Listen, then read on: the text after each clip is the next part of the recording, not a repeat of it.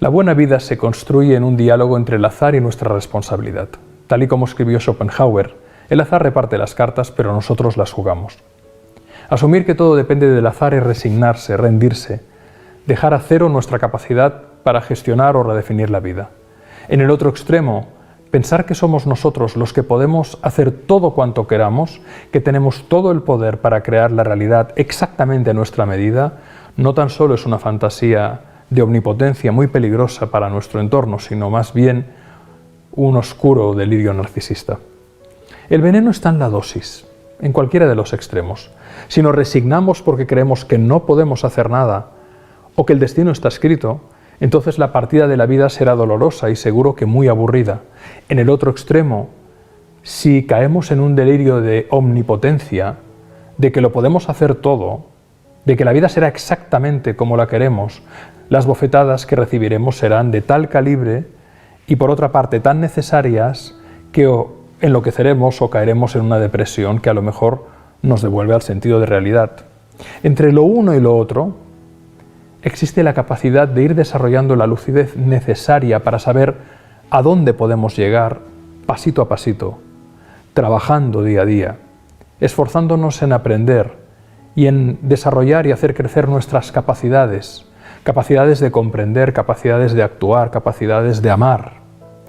Quizás lo importante es no dejar de hacerse preguntas y de sembrar cada día semillas de posibilidades, es decir, crear nuevas circunstancias, prepararnos para cuando florezca la oportunidad que nos abra las puertas hacia una nueva realidad deseada y esperada durante mucho tiempo, para la que nos hemos estado preparando. La buena suerte es el lugar donde se encuentran preparación y oportunidad. Y en definitiva, la buena suerte quizás es simplemente la combinación de eso, de saber identificar los momentos oportunos. La preparación depende de nosotros, la oportunidad no tanto, aunque con la práctica las podemos desarrollar. Y en esa necesaria preparación para el juego de la vida, el propósito, entendido como voluntad y entrega para que un anhelo se haga realidad, el propósito, que es eso, tiene un papel esencial. Pero la definición de un propósito existencial no es fácil, no es una tarea fácil. ¿Para qué vivimos? Sería la pregunta que apela a nuestro propósito en la vida. Y quizás nadie, como el Dr. Viktor Frankl en su libro El hombre en busca de sentido, ha dado respuestas tan lúcidas a esta pregunta. Esta obra, El hombre en busca de sentido, marcó un antes y un después en el análisis existencial del ser humano y de la psicoterapia, y ha recibido el reconocimiento de millones de lectores tras su primera edición en 1946. Viktor Frankl era doctor en medicina.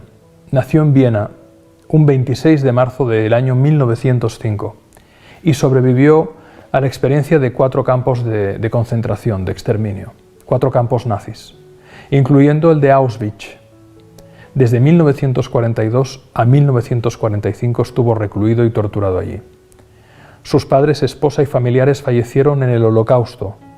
Debido a estas circunstancias, a estas terribles experiencias y a su propia alquimia interior, Viktor Frankl desarrolló una aproximación revolucionaria a la psicoterapia conocida como logoterapia o terapia basada en el sentido vital. Sus más de 30 libros han sido traducidos a 30 idiomas o más y fue reconocido con 29 doctorados honoris causa en diferentes universidades de todo el mundo. Viktor Frankl enseñó en la Universidad de Viena hasta los 85 años de forma regular y falleció el día 3 de septiembre del año 1997. Este autor, que vivió la destrucción total de su entorno y el exterminio de sus seres queridos, que padeció hambre, frío y las peores brutalidades imaginables, y que tantas veces estuvo cerca de la muerte, aceptó que la vida era digna de ser vivida. Su obra es revolucionaria precisamente porque se sumerge en la esencia del sufrimiento humano llevado al límite, así como en los mecanismos psicológicos que nos llevan a manifestar lo mejor y lo peor de nuestra especie. Pese a las circunstancias que fraguaron su obra, su aportación se caracteriza por un mensaje extraordinariamente positivo y humano sobre nuestra capacidad para superar las adversidades y construir una vida con sentido, no solo para nosotros mismos, sino para los demás. Frente al discurso pesimista, la indolencia, la pereza o la mirada cínica y resignada, la experiencia y el mensaje de Viktor Frankl se hacen hoy más necesarios que nunca. En última instancia, repite Frankl a lo largo de su obra, vivir significa asumir la responsabilidad de encontrar una respuesta correcta a los problemas que la existencia plantea y en consecuencia cumplir las tareas que la vida nos asignará continuamente a cada uno de nosotros. Para ello, una de sus mayores aportaciones nace de un enunciado tan simple, tan esencial que sorprende, pero tan poderoso. Dice: la última de las libertades humanas, la libertad esencial, aquella que nadie nos puede arrebatar, es la de elegir nuestra actitud sean cuales sean las circunstancias que nos rodean, por difíciles, dolorosas o complejas que sean tales circunstancias.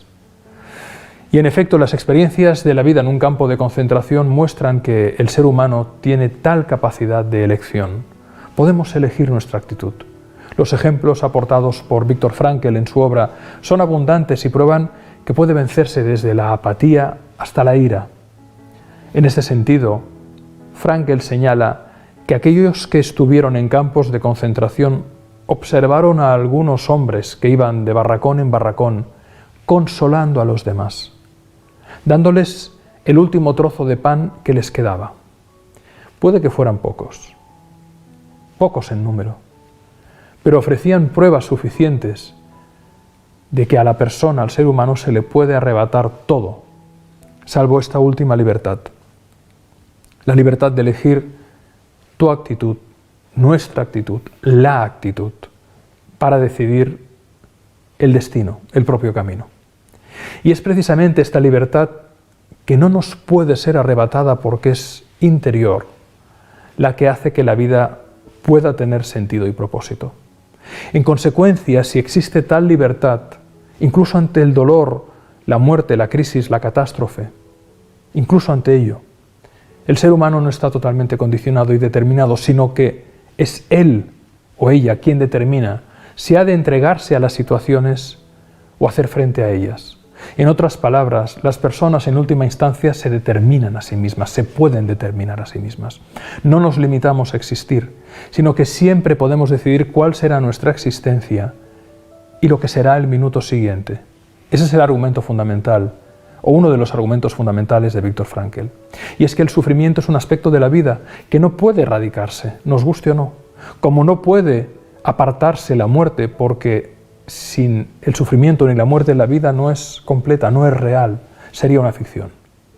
Muchas veces es precisamente una situación extrema, excepcionalmente difícil, lo que da al ser humano la oportunidad de crecer más allá de sí mismo. Pero entonces cabe preguntarse, ¿qué es lo que nos sostiene ante la adversidad, ante la dificultad o ante lo aparentemente imposible de superar? La respuesta que aporta Frankl es contundente. En esencia dice: la salvación del ser humano está en el amor y a través del amor. En uno de sus fragmentos más conmovedores de El hombre en busca de sentido, Frankl escribe: comprendí cómo el ser humano desposeído de todo en este mundo todavía puede conocer la felicidad, aunque sea solo momentáneamente, si contempla al ser amado. Cuando la persona se encuentra en una situación de total desolación, sin poder expresarse por medio de una acción positiva, cuando el único objetivo posible es limitarse a soportar los sufrimientos con dignidad, la persona puede, en fin, realizarse en la amorosa contemplación de la imagen del ser amado. Y esa contemplación no solo se convierte en el oxígeno anímico, espiritual, que nos puede aportar algo de felicidad ante un entorno terrible, sino que de hecho se trata de la palanca para la fuerza necesaria que nos permite seguir viviendo. Luego, en consecuencia, el amor a un ser amado o incluso a una tarea que realizar, amor y creatividad, en definitiva, son los pilares sobre los que se construye la esperanza y el sentido de la vida. Son unas bellísimas respuestas a la pregunta ¿por qué vivir?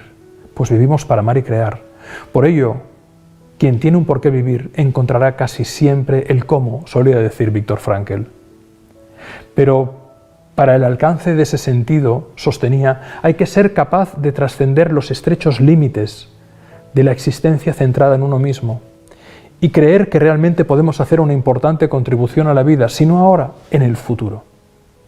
Esta sensación es necesaria si una persona quiere estar serena y satisfecha consigo misma y con lo que está haciendo. Sostiene Frankl y estamos totalmente de acuerdo. Por ello, quizás todo buen propósito debe ir acompañado de una reflexión sobre el impacto positivo en la buena vida de los demás, ya que sólo así podemos hablar de sentido, de cumplimiento y de realización. Por eso te recomiendo vivamente la obra de este libro, la lectura de este libro, la lectura de esta obra, El hombre en busca de sentido, del doctor Viktor Frankl.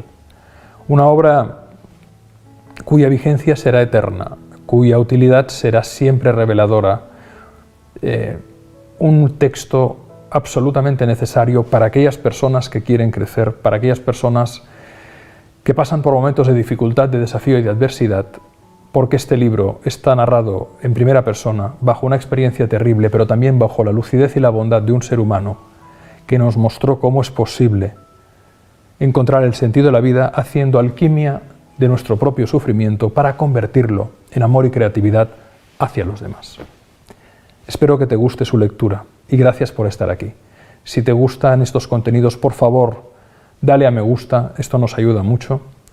Y si te gustan también, por favor, suscríbete al canal. Un gran abrazo. Muchas gracias.